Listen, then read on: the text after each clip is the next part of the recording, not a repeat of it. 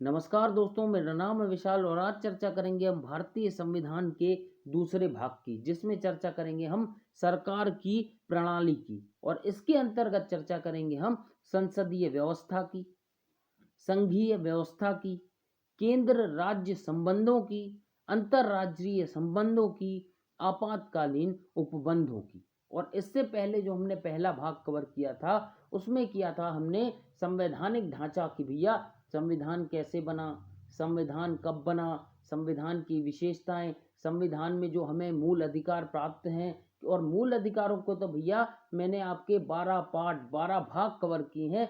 हर एक मूल अधिकार को मैंने विस्तार से समझाया है और मूल कर्तव्यों की और बेसिक स्ट्रक्चर की तो आप मेरे पिछले वीडियोस में जाके ये सब देख सकते हैं। मैंने पूरा अच्छा डिटेल से इसको कवर किया है।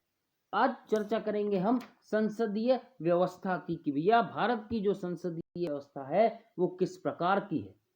भारत का संविधान केंद्र और राज्य दोनों में सरकार के संसदीय स्वरूप की व्यवस्था करता है। ठीक, केंद्र और राज्य मतलब आप ये मत समझ लेना कि भैया अब राज्य में भी संसद है क्या, नहीं। ठीक, संसद केंद्र में ही है। अनुच्छेद 74-75 के अंतर्गत केंद्र में है संसदीय व्यवस्था और अनुच्छेद 163 और 164 के तहत राज्य के अंदर है संसदीय व्यवस्था की भैया। जैसे केंद्र में होता है प्रधानमंत्री पहले, फिर उसके बाद मंत्री होते हैं। ठीक, वैसे ही राज्य में मुख्यमंत्री पहले, उसके बाद आपके मंत्री आएंगे। ठीक, और जो इनके प्रमुख होंगे मतलब जो नाम मात्र के प्रमुख होते हैं वो केंद्र में होते हैं राष्ट्रपति और राज्य में होते हैं गवर्नर। ठीक, इनकी चर्चा हम आगे करेंगे। बात करते हैं आधुनिक लोकतांत्रिक सरकारें सरकार के कार्यपालिका और विधायिका अंगों के मध्य संबंधों की प्रकृति के आधार पर कि भैया इनके जो संबंध हैं वो किस प्रकार से हैं। फिर उनको संसदीय और राष्ट्रपति में वर्गीकृत करती है कि भैया कहाँ संसदीय व्यवस्था है, कहाँ राष्ट्रपति व्यवस्था है। ठीक, सरकार की संसदीय व्यवस्था वह व्यवस्था है जिसमें जो कार्यपालिका होगी वो अपनी नीतियों के लिए, अपने कार्यों के लिए विधायिका के प्रति उत्तरदायी होगी और जो राष्ट्रपति शासन है उसमें कार्यपालिका अपनी नीतियों के लिए, कार्यों के लिए विधायिका के प्रति उत्तरदायी नहीं होगी। ठीक, और यह संवैधानिक रूप से अपने कार्यकाल के मामले में विधायिका से स्वतंत्र होगी कि भैया जो कार्यपालिका है उसको विधायिका से कोई मतलब नहीं है। विधायिका अपना कार्य करे और कार्यपालिका जो है वो अपना कार्य करे। ठीक, बात करते हैं संसदीय सरकार को कैबिनेट सरकार या उत्तरदायी सरकार या सरकार का वेस्टमिंस्टर मॉडल भी कहा जाता है। ठीक है भैया, और तथा यह ब्रिटेन, जापान, कनाडा, भारत आदि में प्रचलित है। ठीक, और दूसरी ओर राष्ट्रपति सरकार को गैर उत्तरदायी या गैर संसदीय या निश्चित कार्यकारी व्यवस्था वाली सरकार भी कहा जाता है। और यह भैया कहाँ कहाँ प्रचलित है? ये प्रचलित है अमेरिका में, ब्राजील में, रशिया में और आपके पड़ोसी श्रीलंका में। ठीक, और रशिया की तो भैया बात ही करना बेकार है, वहां तो पुतने की चल रही है जब से। तो ठीक है, अब वो बात अपन फिर कभी करेंगे। बात करते हैं आइवर जेनिंग साहब की। इन्होंने संसदीय व्यवस्था को कैबिनेट व्यवस्था कहा है क्योंकि इसमें शक्ति का केंद्र बिंदु जो होता है वो कैबिनेट होता है। ठीक है भैया, और संसदीय सरकार को उत्तरदायी सरकार के रूप में भी जाना जाता है क्योंकि इसमें कैबिनेट वास्तविक कार्यकारिणी संसद के प्रति उत्तरदायी होती है और इनका कार्यकाल तब तक चलता है, इनकी सरकार तब तक चलती है जब तक उन्हें संसद का विश्वास प्राप्त है कि भैया जिस दिन आपसे संसद का विश्वास हटा आपकी सरकार गिर जाएगी। ठीक, और संसदीय व्यवस्था का प्रादुर्भाव मतलब जो उदय है करने वाली ब्रिटिश संसद के उद्भव के उपरांत मतलब ब्रिटिश संसद के आने के बाद इसे सरकार का वेस्टमिंस्टर मॉडल भी कहा जाने लगा है, जो कि अक्सर एग्जाम में पूछ लिया जाता है। ठीक, अब बात करते हैं संसदीय सरकार की विशेषताओं की कि भैया संसदीय सरकार की विशेषताएं हैं क्या क्या। वो है भैया, पहली नामिक एवं वास्तविक कार्यपालिका। इसमें जो होता है भैया, राष्ट्रपति होता है नाम की कार्यपालिका, हर काम किया जाएगा राष्ट्रपति के नाम से, लेकिन वास्तविक प्रमुख कौन है भैया? वास्तविक प्रमुख है प्रधानमंत्री जी। ठीक, जैसा कि अभी राष्ट्रपति हैं हमारे रामनाथ कोविंद जी, वो हैं नाम मात्र की कार्यपालिका, और वास्तविक कार्यकारी कौन है भैया? वो हैं प्रधानमंत्री नरेंद्र भाई दामोदर दास मोदी जी। ठीक, और इस तरह राष्ट्रपति राज्य का मुखिया नामित होता है, जबकि प्रधानमंत्री जो है वो सरकार का मुखिया होता है। और अनुच्छेद 74 प्रधानमंत्री के नेतृत्व में मंत्रिपरिषद की व्यवस्था करता है, जो राष्ट्रपति को कार्य संपन्न कराने में परामर्श देगी। उसके परामर्श को मानने के लिए राष्ट्रपति बाध्य होगा भैया। ठीक है, अब बात करते हैं दूसरे की, बहुमत प्राप्त दल का शासन। ठीक, जिस राजनीतिक दल को लोकसभा में बहुमत में सीटें प्राप्त होंगी, जैसा कि अपन लोगों ने वोट किया था तो उसमें मोदी जी जीत गए थे, बीजेपी जीत गई थी, उनने अपना प्रतिनिधि मोदी जी को बनाया, वह सरकार बनाती है और उस दल के नेता को राष्ट्रपति द्वारा प्रधानमंत्री नियुक्त किया जाता है। जैसे बीजेपी जीती, अब उसने अपना एक प्रतिनिधि भेजा, कौन भैया? उस दल का नेता, भैया ये नरेंद्र मोदी हैं, आपको इनको प्रधानमंत्री बनाना है, तो राष्ट्रपति जी ने उनको प्रधानमंत्री नियुक्त कर दिया। ठीक, अब अन्य मंत्रियों की नियुक्ति भी राष्ट्रपति और प्रधानमंत्री के परामर्श से ही करी जाएगी। ठीक, जब किसी एक दल को बहुमत प्राप्त नहीं होता है तो दलों के गठबंधन को राष्ट्रपति द्वारा सरकार बनाने के लिए आमंत्रित किया जाता है। मान लो की बात, बीजेपी है, कांग्रेस है और तीसरी कोई अन्य पार्टी है, जैसे मान लीजिए अपन आम आदमी पार्टी है। अब पता चला तीनों को बहुमत नहीं मिला, तो उनने बोला भैया आप लोग एक काम करो, गठबंधन बना लो। ठीक है, तो भैया उनको फिर प्रधानमंत्री, उनमें से तीनों में से एक को वो चुनेंगे, उनको प्रधानमंत्री बनाया जाएगा। ठीक, अब बात करते हैं सामूहिक उत्तरदायित्व की। यह संसदीय सरकार का विशिष्ट सिद्धांत है, विशिष्ट विशेषता है। मंत्रियों का संसद के प्रति सामूहिक उत्तरदायित्व होता है और विशेषकर लोकसभा के प्रति गठबंधन, अनुच्छेद 75, वे एक टीम की तरह काम करते हैं और साथ साथ रहते हैं कि भैया हम सब भाई भाई हैं। ठीक, सामूहिक उत्तरदायित्व का सिद्धांत इस रूप में प्रभावी होता है कि लोकसभा प्रधानमंत्री के नेतृत्व वाली मंत्रिपरिषद को अविश्वास प्रस्ताव पारित कर हटा सकती है। ठीक है, अब बात करते हैं राजनीतिक एकरूपता की। सामान्यतः मंत्रिपरिषद के सदस्य एक ही राजनीतिक दल से संबंधित होते हैं और इस तरह उनकी समान राजनीतिक विचारधारा होती है। जैसे कि मान लीजिए प्रधानमंत्री नरेंद्र मोदी हैं, ठीक, बीजेपी से संबंधित, और राजनाथ सिंह जी हैं, वो भी बीजेपी से संबंधित हैं, नितिन गडकरी जी वो भी बीजेपी से संबंधित हैं। तो इनकी जो राजनीतिक विचारधारा होगी वो लगभग समान होगी। ठीक, और गठबंधन के मामले में ऐसा नहीं होता भैया।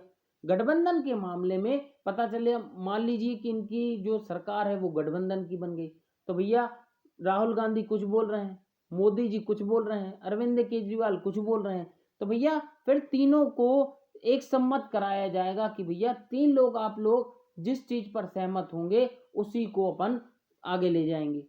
ठीक, अब बात करते हैं पांचवे की, दोहरी सदस्यता की, कि भैया मंत्री, विधायिका एवं कार्यपालिका दोनों के सदस्य होते हैं। इसका तात्पर्य यह है कि कोई भी व्यक्ति बिना संसद के सदस्य बने मंत्री नहीं बन सकता, और भैया यदि वो मंत्री बन जाता है तो उसे 6 महीने के अंदर संसद का सदस्य बनना अनिवार्य है, वरना उसका मंत्री पद जा भी सकता है। ठीक, बात करते हैं छठवें की, प्रधानमंत्री का नेतृत्व। जैसा कि अभी हमारे माननीय प्रधानमंत्री श्री नरेंद्र भाई दामोदर दास मोदी जी कर रहे हैं। ठीक, सरकार की व्यवस्था में प्रधानमंत्री नेतृत्वकर्ता की भूमिका निभाता है। वह मंत्रिपरिषद का, संसद का और सत्तारूढ़ दल का नेता होता है। इन क्षमताओं में वह सरकार के संचालन में एक महत्वपूर्ण एवं अहम भूमिका का निर्वहन करता है, और सच बात है। ठीक, बात करते हैं निचले सदन के विघटन की। ठीक, संसद के निचले सदन यानी लोकसभा को प्रधानमंत्री की सिफारिश के बाद राष्ट्रपति द्वारा विघटित किया जा सकता है। और दूसरे शब्दों में कहें तो प्रधानमंत्री मंत्रिपरिषद का कार्यकाल पूर्ण होने से पूर्व नए चुनाव के लिए राष्ट्रपति से लोकसभा विघटन की सिफारिश कर सकता है। इसका तात्पर्य है कि कार्यकारिणी को संसदीय व्यवस्था में कार्यपालिका को विघटन करने का अधिकार है। अब बात करते हैं 8वें की, गोपनीयता की। ठीक, मंत्री गोपनीयता के सिद्धांत पर काम करते हैं। अपनी कार्यवाहियों, नीतियों और निर्णयों की सूचना नहीं दे सकते। अपना कार्य ग्रहण करने से पूर्व वे गोपनीयता की शपथ लेते हैं कि भैया हम जो कार्यवाहियां करेंगे हम सबसे छुपाकर रखेंगे। मंत्रियों को गोपनीयता की शपथ राष्ट्रपति दिलाते हैं। ठीक, अब बात करते हैं भैया कि संसदीय व्यवस्था और राष्ट्रपति व्यवस्था की तुलना। बात करते हैं संसदीय व्यवस्था की, तो भैया इसकी है पहली विशेषता दोहरी कार्यकारिणी, बहुमत के दल का शासन, सामूहिक उत्तरदायित्व, राजनीतिक एकरूपता, दोहरी सदस्यता, प्रधानमंत्री का नेतृत्व, निचले सदन का विघटन और शक्तियों का सम्मिश्रण की भैया सारी शक्तियां मिली हुई हैं। ठीक, अब इसके गुणों की बात करते हैं। विधायिका एवं कार्यपालिका के बीच सामंजस्य की भैया जो विधायिका है वो कार्यपालिका से संबंध अच्छे बनाकर रखती है। ठीक, दूसरा उत्तरदायी सरकार, जैसा कि हम लोगों ने पहले पढ़ा। तीसरा निरंकुशता पर रोक की भैया आप निरंकुश नहीं हो सकते उसमें।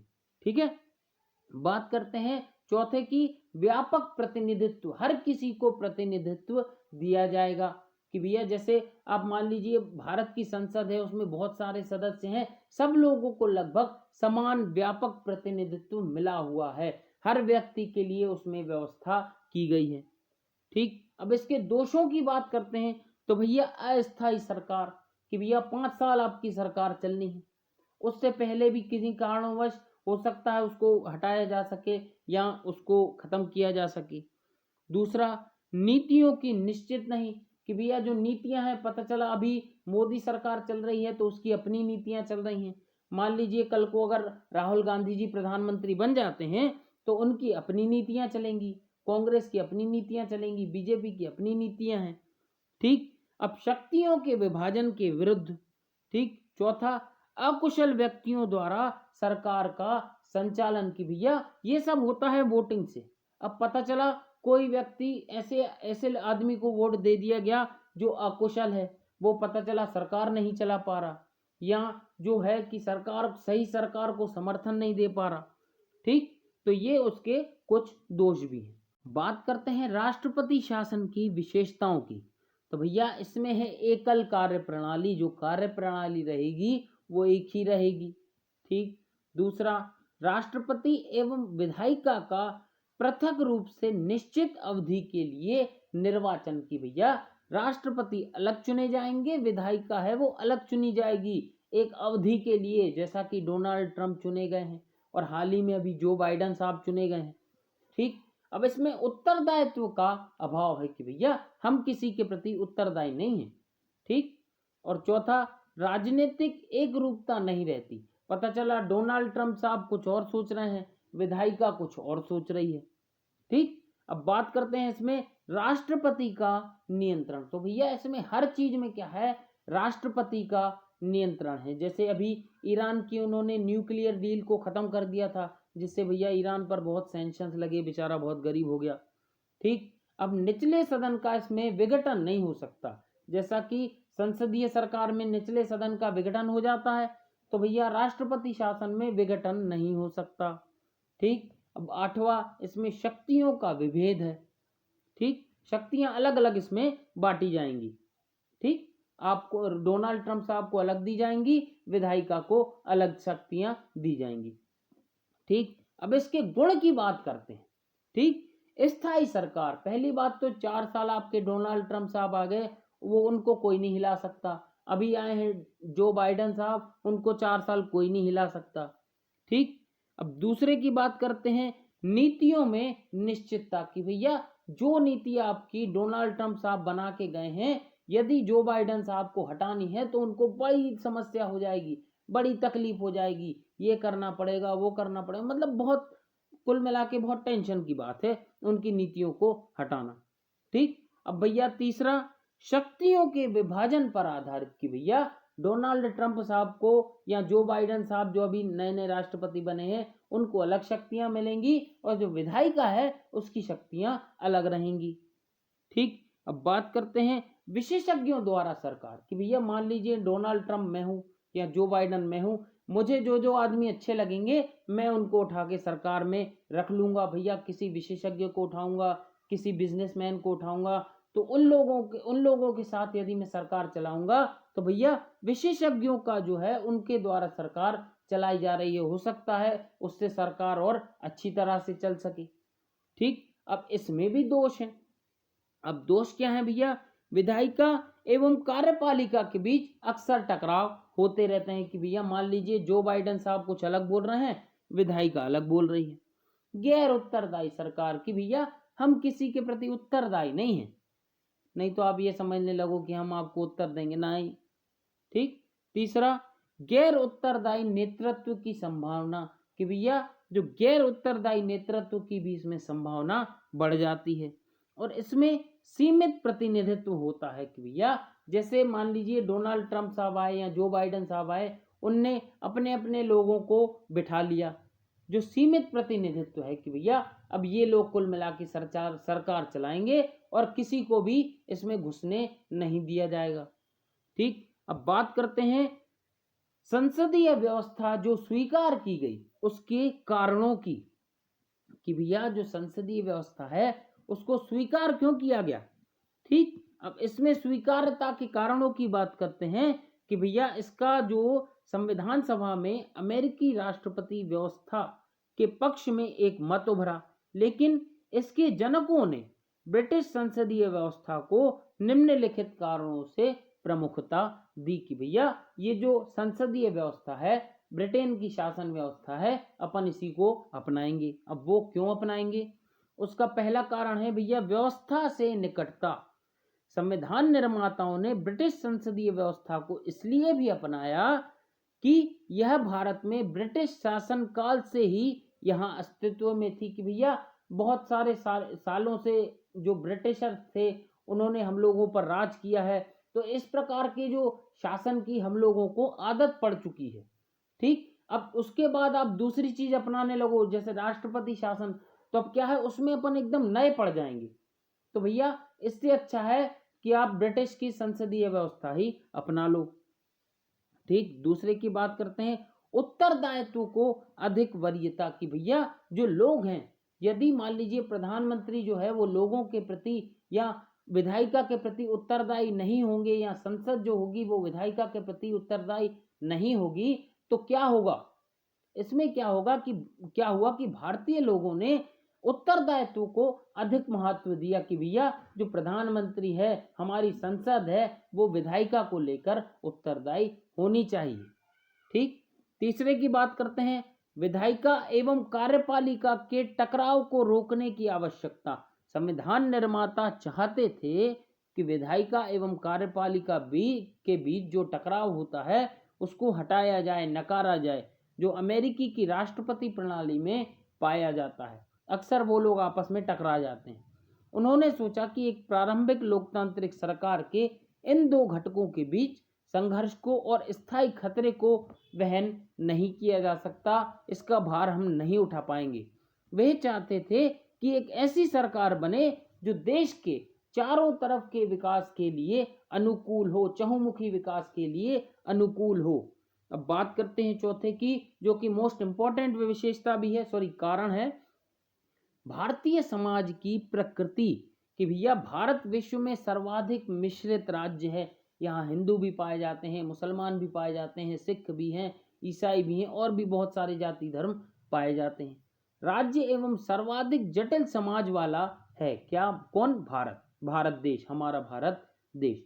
इस तरह संविधान निर्माताओं ने संसदीय व्यवस्था को अपनाया ताकि सरकार में विभिन्न वर्गों क्षेत्रों के लोगों के हित में बहुत अवसर सुलभ हो सके और राष्ट्रीय भावना को राष्ट्रीय भावना को, भारत की भावना को लोगों के बीच बढ़ाते हुए अखंड भारत का निर्माण हो सके। ठीक, अब है भारतीय और ब्रिटिश मॉडल में विभेद की भैया जो भारत का मॉडल है वो ब्रिटेन से किस प्रकार से भिन्न है। ठीक, बात करते हैं इसकी कि भारत सरकार में संसदीय व्यवस्था विस्तृत रूप से ब्रिटिश संसदीय व्यवस्था पर आधारित है, ये बात सच है।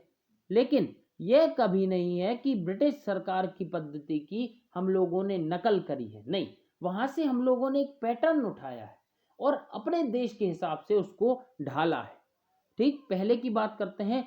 ब्रिटिश राजशाही के स्थान पर भारत में गणतंत्र पद्धति है कि भैया जो भारत में राज्य का मुखिया होता है राष्ट्रपति और ब्रिटेन में राज्य का मुखिया राजा या रानी होती है, जो कि बचपन से उनका चलता आ रहा है। ठीक, दूसरा, ब्रिटिश व्यवस्था संसद की संप्रभुता के सिद्धांत पर आधारित है। ब्रिटेन में क्या है कि भैया जो संसद है वो ही सबसे सर्वोच्च है, और जबकि भारत में संसद सर्वोच्च नहीं है कि भैया जो संसद है उस पर भी अंकुश सुप्रीम कोर्ट के द्वारा लगाया जाता है। ठीक, तीसरा, ब्रिटेन में प्रधानमंत्री को संसद के निचले सदन हाउस ऑफ कॉमन्स का सदस्य होना अनिवार्य है, जबकि भारत में आप चाहे राज्यसभा के सदस्य हो चाहे चाहे आप लोकसभा के सदस्य हो, किसी भी एक के आप सदस्य हो सकते हैं। ठीक, चौथे की बात करते हैं। ब्रिटेन में संसद सदस्य बतौर मंत्री नियुक्त किए जाते हैं। ब्रिटेन में जो होते हैं वो संसद सदस्य बतौर नियुक्त किए जाते हैं। भारत में जो व्यक्ति संसद सदस्य नहीं भी है उसे भी मंत्री बनाया जाता है, लेकिन उसे 6 महीने के अंदर संसद का सदस्य बनना पड़ता है। पांचवे की बात करते हैं। ब्रिटेन में मंत्रियों की कानूनी जिम्मेदारी होती है, जबकि भारत में ऐसी कोई व्यवस्था नहीं है। ब्रिटेन के विपरीत भारत में मंत्री को राज्य के मुखिया के रूप में कार्यालयी कार्य में प्रति हस्ताक्षर करना जरूरी नहीं होता है। ठीक, छठवें की बात करते हैं। ब्रिटिश कैबिनेट व्यवस्था में छाया कैबिनेट, जिसे शैडो कैबिनेट भी बोला जाता है, यह एक अनोखी संस्था है जिसे विपक्षी पार्टी द्वारा गठित किया जाता है। ठीक, ताकि सत्तारूढ़ दल के साथ वह उनका संतुलन बना रह सके और अपने सदस्यों को भावी मंत्रालय कार्यों के लिए तैयार किया जा सके, लेकिन भारत में ऐसी कोई संस्था नहीं है। ठीक, तो आज का वीडियो हम करते हैं यही समाप्त। वीडियो पसंद आए तो कृपया लाइक करें, शेयर करें और हमारे चैनल को सब्सक्राइब करना मत भूलिए। Thank you.